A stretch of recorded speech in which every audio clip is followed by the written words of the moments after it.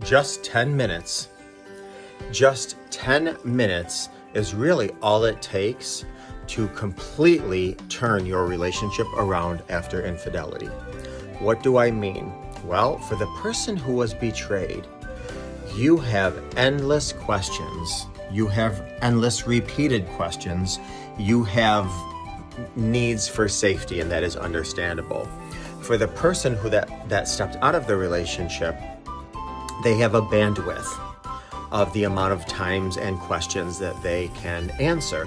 For example, the first week, maybe they have a bandwidth of, 45 minutes or an hour. And then, a few weeks after that or a month, maybe their bandwidth, is a half an hour. They really get short.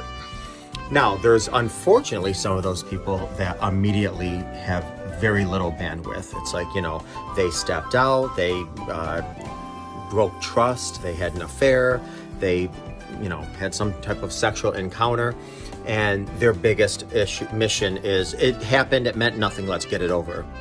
Of course, that's like building an empire over decades and then having a bomb destroy the empire and then saying, okay, it's over, it's in the past, let's move on. But anyway, I digress.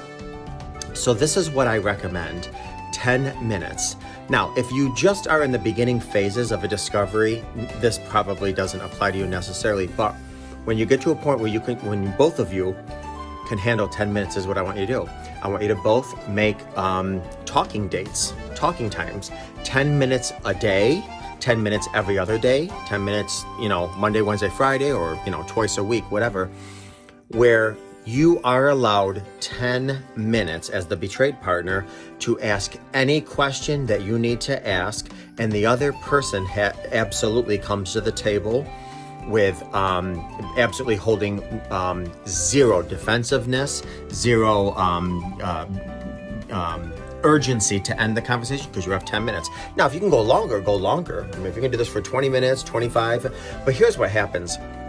A lot of times what people think of when the betrayed partner says, can I ask you a question? Or why did you do this? And how could you do this? And whatever, immediately defenses come up and they're thinking, oh my God, how long is this gonna go now? Is this gonna be a 3-hour marathon of questions and then a big argument? And then we're not gonna be intimate for the next 2 weeks. And he or she's gonna threaten divorce. And so immediately, let me get defensive. Immediately, let me try to shut this down.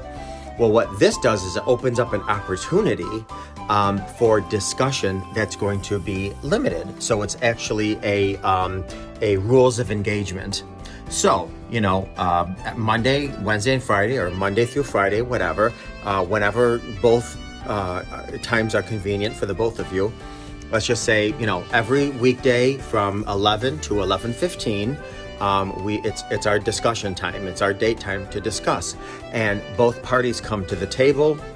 No defenses are up. Nobody's passive aggressive.